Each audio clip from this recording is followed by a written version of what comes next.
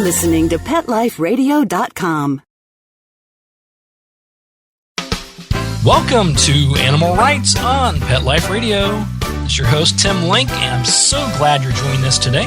My special guest today is author, writer, journalist, and celebrity interviewer Glenn Plaskin. And Glenn will be here talking with us today about his book, Katie Up and Down the Hall, which is now available in paperback.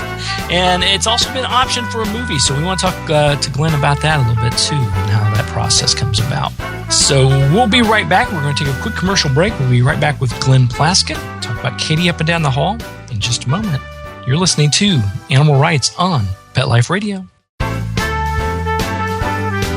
Sit. Stay. We'll be right back after a short pause. Well, 4 to be exact. Petco, where the pets go. Petco, where the pets go. Pet Life Radio has tail-wagging, fur-flying, fabulous deals for our listeners from Petco. Get $6 off your order of $60 or more and up to 40% off the entire Petco site. That's right. But that's not all. Because you're a Pet Life Radio listener, you'll also get free shipping on your order of $49 or more. $6 off, up to 40% off, and free shipping from Pet Life Radio and Petco. To get these awesome deals, go to PetcoDeals.com. That's PetcoDeals.com. Petco, where the pets go. I'm not much of a reader, but I do wish I were more well-read. There are so many great books coming out. I wish I could find a way to keep up. Audible.com makes it easy to stay well informed and catch up on your reading simply by listening. Audiobooks from Audible turn downtime into uptime. You'll be more productive and become well read. Now I'm able to catch up on all the great books I've been wanting to read. With Audible, I feel smarter.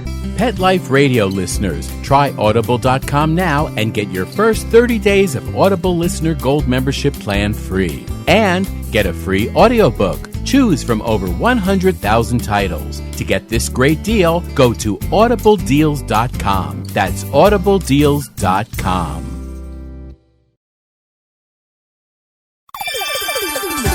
Let's talk pets on PetLifeRadio.com. Welcome back. Welcome back to Animal Rights on Pet Life Radio. This is your host, Tim Link, and joining me now is author Glenn Plaskin. He's going to be talking about his book, Katie Up and Down the Hall. Glenn, thanks for joining Animal Rights on Pet Life Radio. It's a pleasure to be here again, talking to you. Yeah, it's always a pleasure talking to you. I like keeping up on all the things you've got going on, all your writing, and the latest happenings that are going on. And your book, Katie Up and Down the Hall, a huge success, and now it's available in paperback. Well, thank you. The book came out a year and a half ago or so, and as you know, it's about the power of one dog bringing together a group of neighbors and turning them into a family. And in the book, the family basically consists of a little boy down the hall named Ryan, who has no mom but a dad. And then in the middle of the hallway, there's an older woman in her 80s named Pearl, who never had any children, or grandchildren, of course, and she kind of adopts this little boy as her own. Late in life, she discovers a child has come into her life, and she and her husband, Arthur, love having both my dog and the little boy in their life. And then on the other end of the hall is me and Katie. And so over a period of 16 years, you follow the story of what happens between the little boy, his dad, the grandmother, the grandfather, me, and my dog. And a lot of dramatic things happen over those period of years, including a lot of Hollywood hijinks, because my job at that time is interviewing entertainment people, and also even serious things like the terrors of 9/11, because we were living here in New York City at the time the World Trade Center was attacked. You know, the thing I find fascinating about the book is the fact that, you're all in one apartment building on the same floor. And up until this time, till Katie came around, perhaps didn't know each other very well or at all.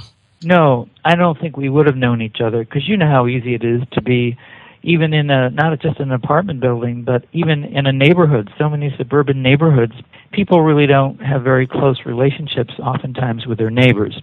But it's amazing what can happen when you've got a dog on the other end of a leash. That dog is like a passport to adventure. And the dog is friendly in a way that people often are not.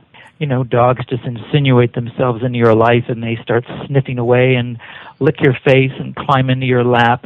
And they create an instant ease, a social kind of ease that allows these friendships to develop. And in my particular case, the relationships that did develop between the six of us, it became really like a family. It was no different. It wasn't something I expected. But imagine if you just have your grandmother down the hall from you. Most people don't see their grandmothers more than maybe once a month or once a year. Mm-hmm. But I was seeing our grandmother 2 or 3 times a day. She would babysit for Katie. Katie was pretty much ruling the hallway because we left our doors open so she could go from one apartment to the other. She'd just push open the door with her paws. She'd jump up onto the table at mealtime, put her paws on the table.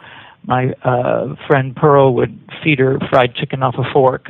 She would eat corn on the cob from ear to ear. You would hold the ear of corn and she would go from side to side.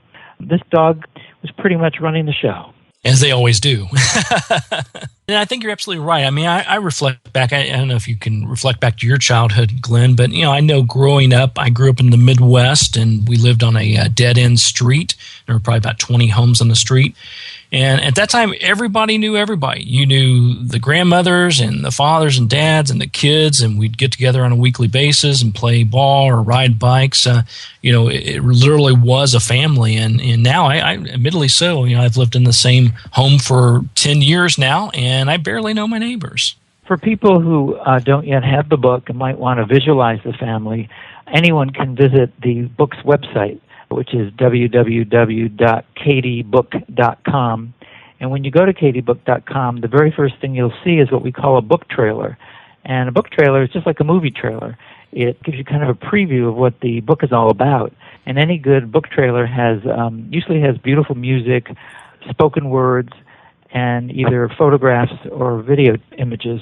And if you go to this little 4-minute trailer, you'll see everybody in it. You'll see Katie, you'll see the grandmother Pearl and her husband and me and the dog and everybody. And I always, a picture really is worth 1,000 words. So if you're interested in seeing what we all look like and what adventures we were up to, this little book trailer gives you a preview of it.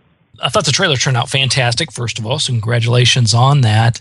And the trailers, I know we briefly had an exchange about this as well. That it seems logical because every movie has a trailer, or they've had trailers for as long as I've been going to movies. It's a relatively new concept when you're trying to introduce a book. Yes, they didn't used to, I think social media and the internet has changed the way books are marketed and sold.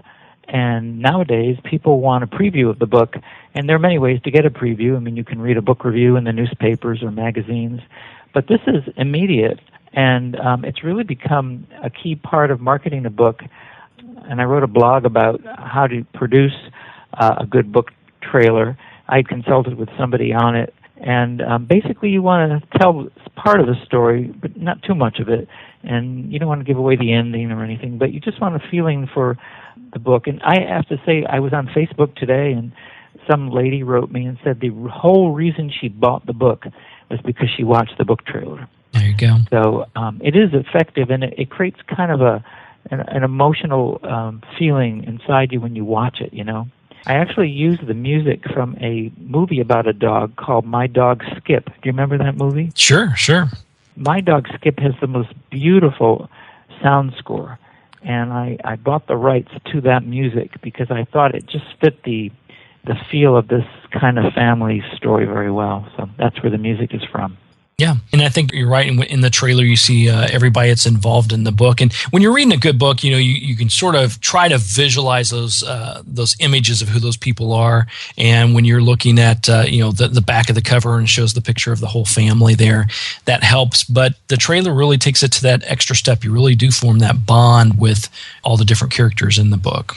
And also, the hardcover edition of the book does have quite a few color photographs in the book, and when people get the audio book, it comes with a special disc of photos. So the photos, in this case, I do think helps bring the story to life Although any good story that you read, you don't need photos at all. I mean, you really don't need them. But I think it's just an added plus if you get them, Absolutely, absolutely.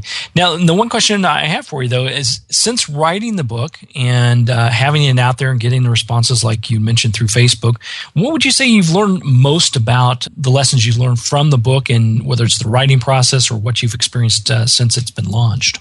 Well, the thing that I was most surprised by was I knew there were a lot of dog lovers out in the world, but I never knew there were this many. People, send me so many like emails and letters, and what's interesting is that it seems like a book like this, not just my book, but any book like this, it's kind of cathartic because so many people wrote me with their stories of, for instance, when their dog was sick, or when they lost a dog, or when they lost their grandmother, and the happy things about owning a puppy and what you go through the various stages of life with the dog. Everybody seems to read a book through the prism of their own experience and their own life with a dog. And I've gotten quite a few really emotional letters from people. So I was just surprised by how many... we all know there's millions of dog owners in America, but what non-dog owners sometimes forget is the dogs really are a member of the family. It's true that they can't talk, but they have sensitivities, they have sensibilities, they're intelligent, they understand things, they understand when things are happy, they understand when things are sad. Their moods oftentimes are very much in alignment with the household mood, And so I think that dogs, they're not human, but they're quite human in the way they react sometimes to us, Absolutely. Yeah, I agree with you wholeheartedly on that. And I think that the commonality of, I talk to a lot of people, obviously, and work with clients with their animals. And you'd be amazed at how many times I've heard, I talk to my animal every day and people just think I'm crazy. But guess what? So does the person next door to you and the next one down the road. Everybody communicates and talks to their animals and have that deep relationship. But we don't always get to share it. And I think that the book does a great job of putting it all into perspective and realizing we have that commonality. If people talked as much to their mates as they do to their dogs, there'd probably be a lower divorce rate. Absolutely. Well, the problem, I think, though, Glenn, is the dogs listen a little bit better, perhaps. That's one advantage of not being able to talk. You do become quite a good listener. You become a great listener, and that's the best part of having a communication, I think is what it is be a good listener. Well, before we go to break, Glenn, I want to ask you about the whole process for our listeners. If you can briefly walk us through this process of you wrote the book, it got published, it got into hardback, and at what point do you or the publishing house determine, okay, we're going to release this on X number of dates afterwards, the paperback version, we're going to release the audiobooks at a certain point. How does that whole process come about?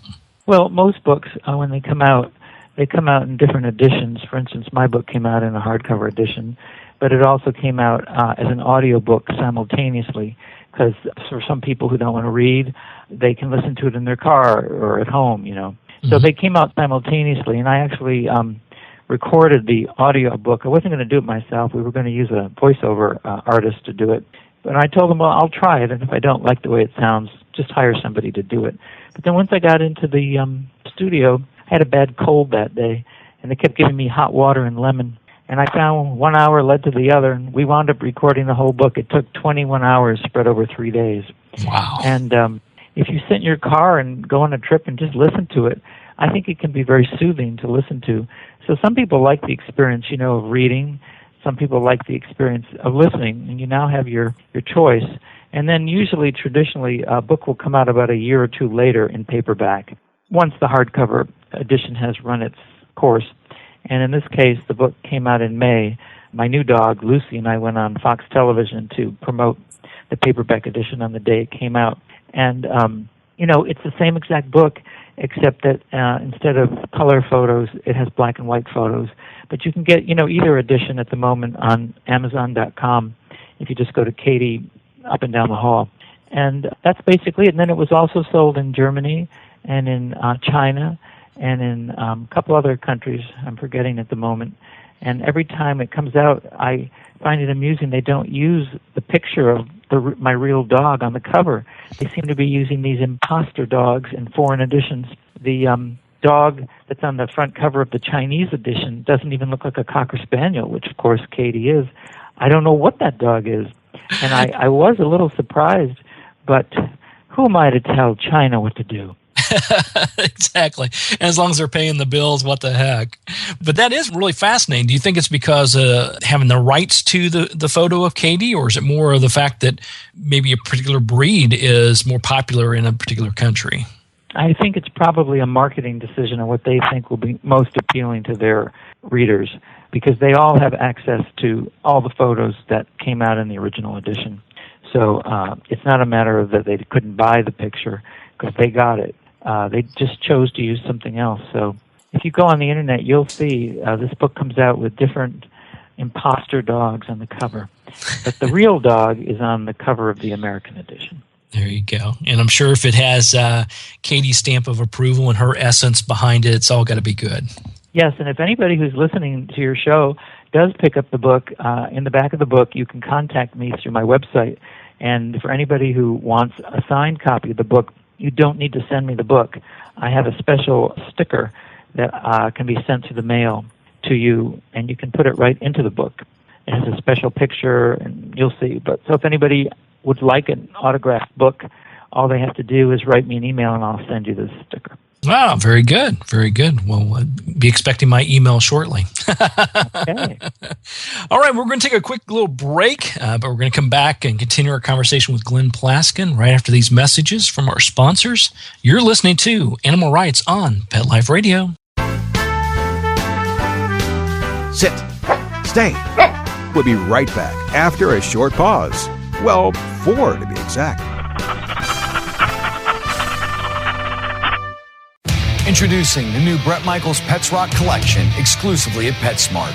I created it for the pets that rock your world. Shop the Bret Michaels Pets Rock collection and celebrate PetSmart's 25th anniversary with up to 25% off thousands of items on the PetSmart site. Plus free shipping on orders of $49 or more. Go to PetSmartDeal.com. That's PetSmartDeal.com. PetSmartDeal.com. I don't make any decisions about who to hire without going to Angie's List first. You'll find reviews on home repair to healthcare, written by people just like you. With Angie's List, I know who to call, and I know the results will be fantastic. Angie's List, who you can trust. Go to angieslist.com/rights and get 25% off any subscription. That's angieslist.com/rights, WRITES. Love your pets but wish their medications were a lot less expensive? They are at 1-800-PET-MEDS. You'll not only save on flea and heartworm medications, but on prescriptions for arthritis, incontinence, thyroid, and more. And you get fast service, free shipping, and a 100% satisfaction guarantee. Plus, our licensed pharmacists ensure accuracy, monitor drug interaction, and more. See why over 5 million people have trusted their pets' health to 1-800-PET-MEDS, America's largest pet pharmacy. Call now or order online. Go to petmeds.com/lucky, LUCKY, to get 10% off any order and free shipping on orders of $39 or more at petmeds.com. Your groomer is gonna hate me. Hi, I'm Allie McLennan. Join me for my Pet Life radio show, Groom for Improvement. You're going to save time and money with these tips from my New York City grooming table. From product recommendations to do's and don'ts, I am going to hook you up. So just do me a favor and don't mention this to your groomer. Groom for Improvement on Pet Life Radio.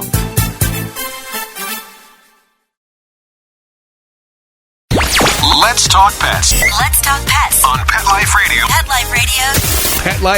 PetLifeRadio.com.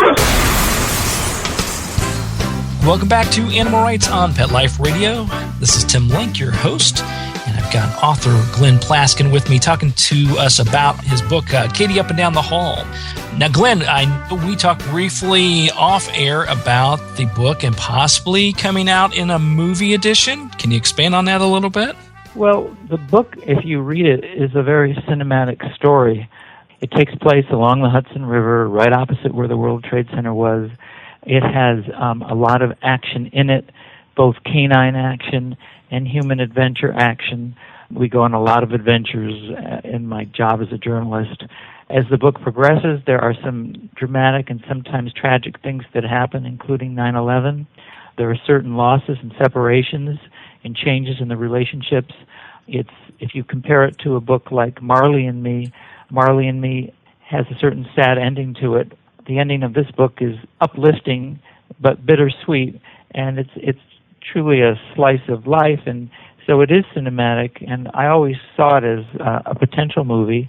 And nowadays, to get whether it's a TV movie or a theatrical film made out of a book, it's a long process.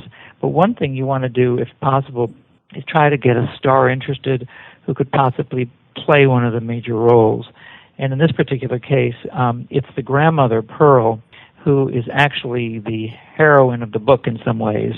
When an excerpt of the book originally appeared in Family Circle magazine, instead of being called Katie Up and Down the Hall, it was called Granny Down the Hall. And the focus was on the grandmother, whereas in the book the focus is more on the dog. But needless to say, the grandmother is a key role. And, there were certain obvious choice possibilities like Betty White, who actually endorsed the book, read the book, and I've interviewed her in the past, and she's a friend of mine, but she doesn't have the time to be in this movie. And so another person who had endorsed the book is the actress Valerie Harper. And although she doesn't necessarily look like a grandmother, she's actually a very glamorous-looking woman still. She's still, nonetheless, though, in her 70s now, which is about the age that Pearl was when I met her. And they have a couple things in common. Pearl had a lot of humor and wit, kind of a spicy personality, not the grandmotherly, sweet little grandmother who would sit and knit a sweater. That wasn't like her at all. She was much more modern, kind of sarcastic, funny, sardonic grandmother. And so Valerie Harper, as you know, has many of those comedic qualities to her. And so she and her husband, who's a producer, did option the book. It's currently with them, and they're in the process of taking it around to different studios to see if they might put together a production of it. Okay, so it's up to them to take it around and put together a pitch and treatment and everything for it to try to get the book on the screen, or whether it's television or on the movie screen. Yeah, the way it works is the publisher and my agent, they put together all the materials they need. They have the book trailer, they have the book, they have the press kit, they have everything, and they have a story composite and a summary. And then it's basically like in any enterprise, human relationships, you go around and you talk about the story and pitch it and hope that the right studio might pick up on it. So nothing has happened yet, so I can't really report any news, but it's good news, I think, that they were interested enough to take it. Yeah, absolutely. And we know that, like you said, that the process sometimes can be lengthy, but usually when it happens quick after that. So we're going to look forward to that for sure. I want to ask you a little bit more about that whole option process. Was it a matter of the publisher and your agent contacting Valerie Harper and others to see what their interest level was, or was it more of just... No, they didn't do anything. This is all based on my own... I have a long history, as you probably know, of interviewing celebrities. Mm-hmm. That's where this whole thing starts and ends.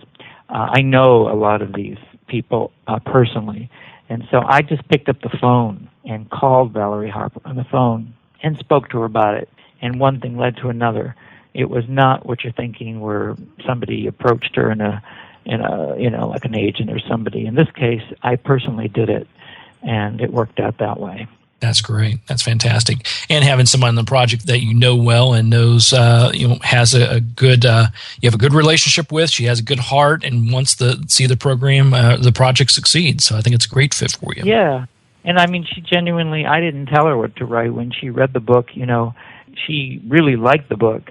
And Betty White read it, and Judge Judy, and Calvin Klein, and Joan Rivers, and Mary Tyler Moore, and Mariah Carey, and Mary Higgins Clark, and Ivana Trump. All kinds of people read it, and each one of them wrote something about it. And Valerie Harper wrote that Katie Up and Down the Hall runs up and down your heart on 4 little darling padded golden feet.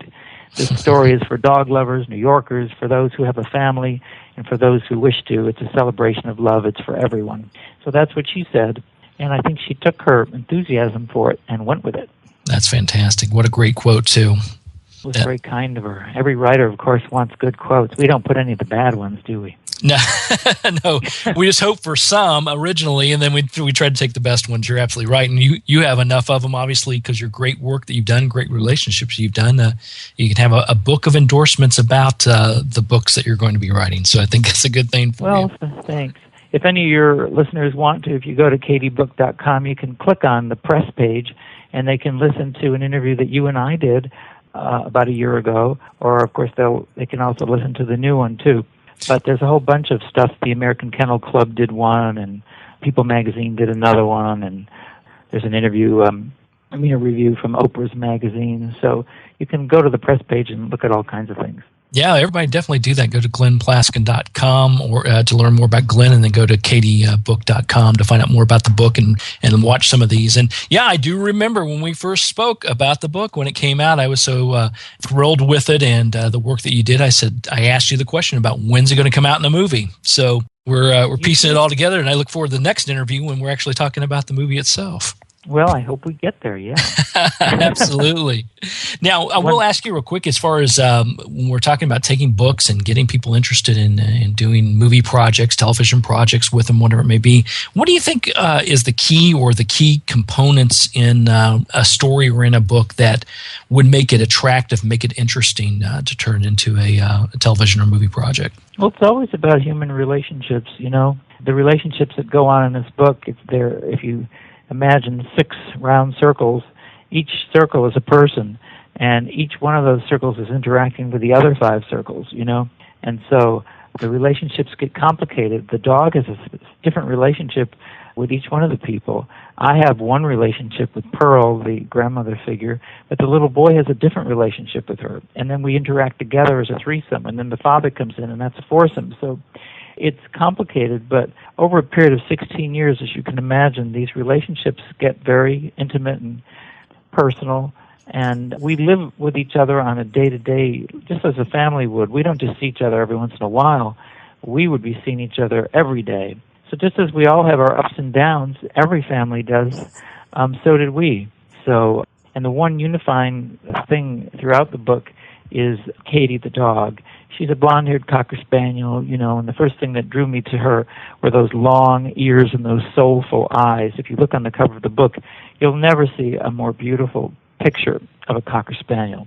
And there was something about those long ears that intrigued me when I first saw them.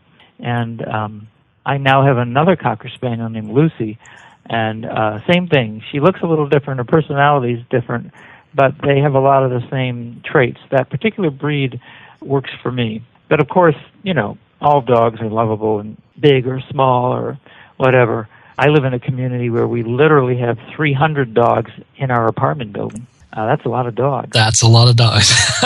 We have everything from Great Danes to the tiniest little dogs, and everything in between. And I always say, I always wonder why some dog owners will shy away and say, oh, my dog's shy. The only reason a dog is shy is because they weren't socialized, or maybe they were traumatized, or maybe they were trained to be shy.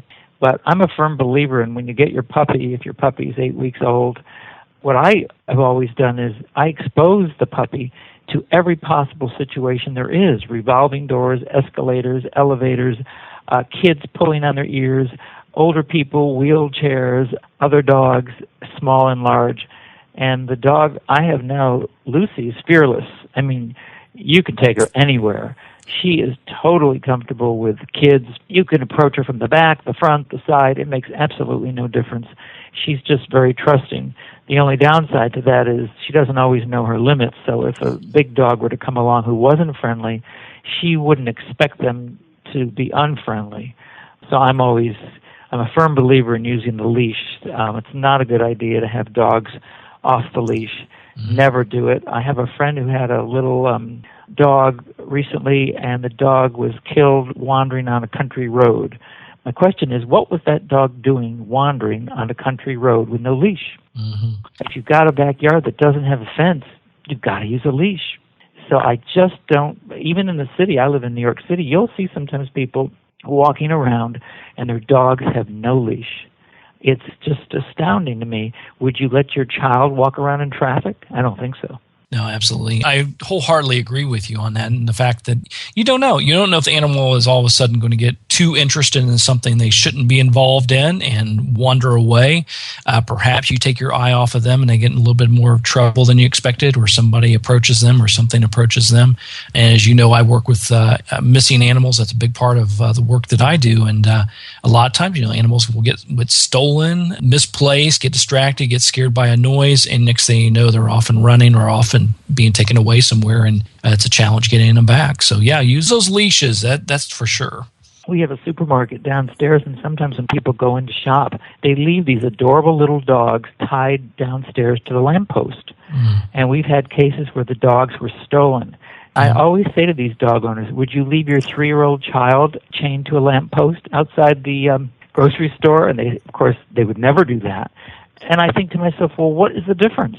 Why would you leave your dog all alone, unattended, defenseless, tied up outside while you have no way of looking at them? I just find it astounding. Well, I think it goes back to our original theme on this interview, Glenn, the fact that it's a different world than perhaps the one we grew up in, and you just got to be a little bit more cognizant, and but also be open and get to know your neighbors. And Katie up and down the hall will definitely teach you how to do that and find the joys of being able to form those kind of relationships and bonds and building a family unit. Absolutely. I'm a firm believer in allowing your neighbors to babysit your dog. That's always good. Yeah, if you can get your neighbors to do that, that's a big bonus. So good advice. Why not spread some of the joy around? That's right. That's right.